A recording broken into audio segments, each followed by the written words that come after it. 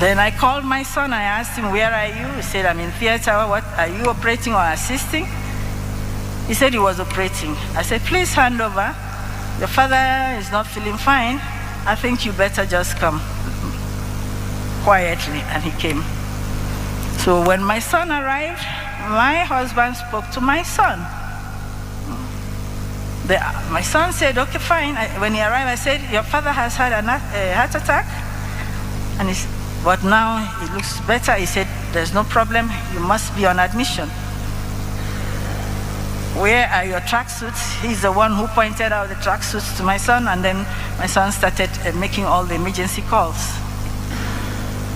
Sat up, drank, talked a bit, and then said he wanted to go for a long call. He was assisted. He went for the long call. Then Professor Mwangaza came in, and he is the one who said, oh, you've arrived. Please check my blood pressure. As the blood pressure was being checked, he had the second attack, and we were rushed down there. And I think it must have been one of the most stressful things for my son when he had the third attack, knowing the implications of having a third attack. And when he finally had the fourth one, he passed, and all this happened within 2 hours. Just like a surgeon operates, finish, it's over. The following day, I dreamt he asked me, the way we used to have our discussions, pulling a seat and asking me, what do you think I would have done in this situation? It was best for you, it was best for me. I woke up and I said, I set you free. That is the story of George Albert Omare Magoha. Magoha, son of Magoha, has exited the stage when the ovation was loudest. Thank you for celebrating his life with me.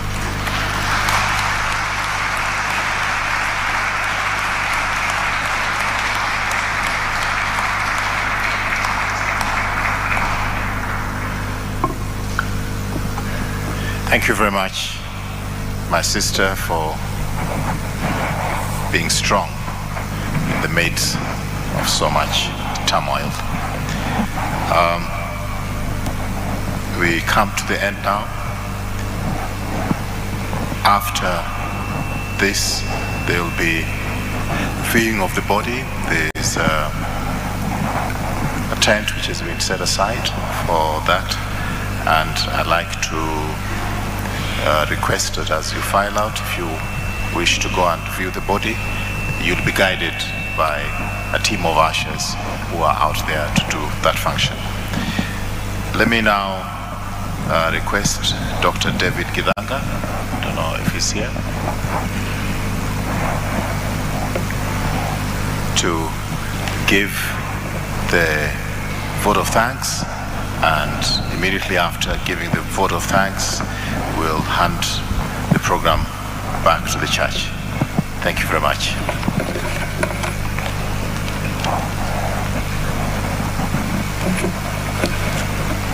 Good afternoon, everyone. Barbara, Michael, and the wider Magoha family, and distinguished pilgrims. We're all pilgrims in keeping with the theme for today. Give them eternal rest, O Lord, and may perpetual light shine on them forever. No duty is more urgent than that of returning thanks.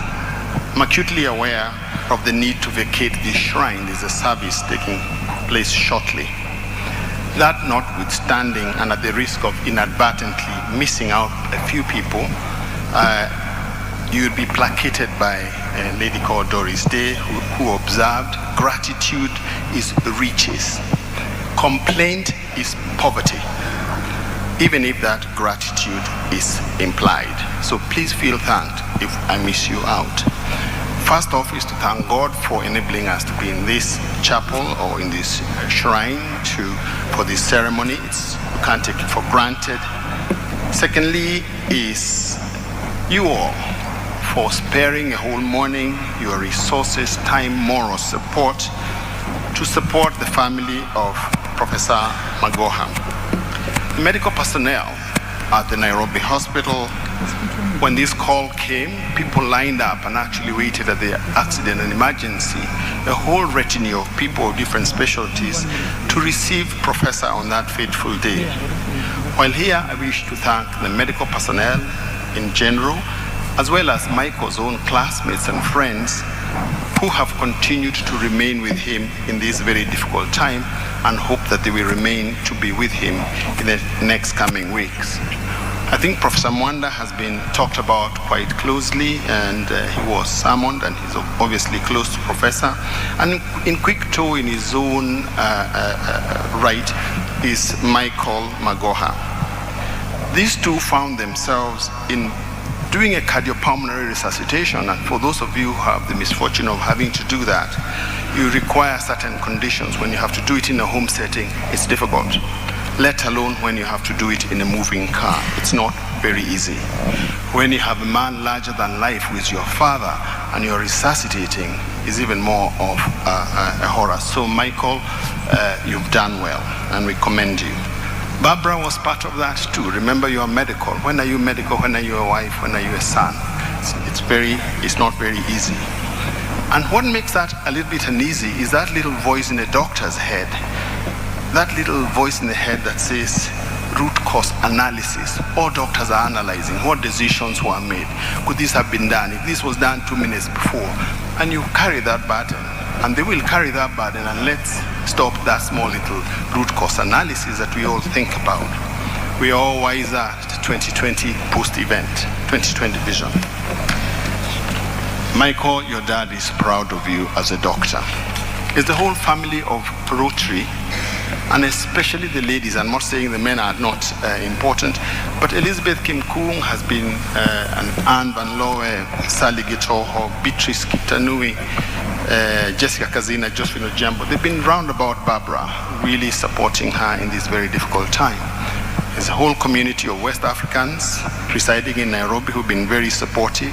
Leave Funeral Home for professionalism and extreme kindness at a very difficult time. The church and the clergy of the Nairobi Hospital Chaplaincy, Our Lady of Guadalupe Parish,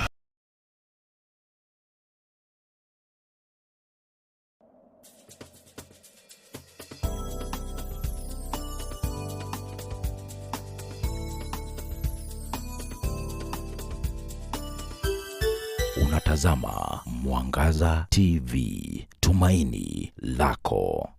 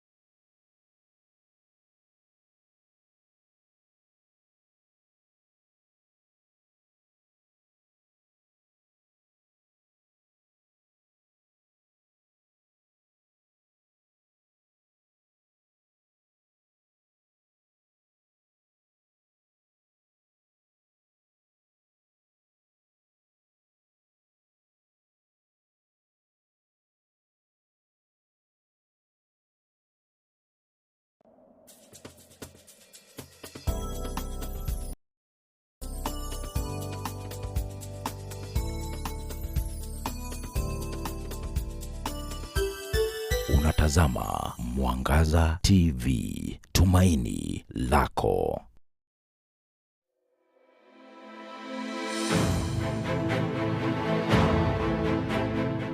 Unahitaji wokovu, uponyaji na ukombozi. Lakini swali ni je, umejiandaa? Kanisa la Jesus Winner Ministry chini ya mtumishi wa Mungu Askofu Edward Mwai. Ambia mwenzako, upende usipende, mimi nainuka leo. Mimi nakaria maisha yako. Naenda kukaria maisha yako. Naenda kukaria maisha yako. Haleluya! Linakutangazia mkutano mkubwa zaidi wa Injili kaunti ya Murang'a tarehe 19 Februari katika uga wa Ihora Stadium. Mkutano huu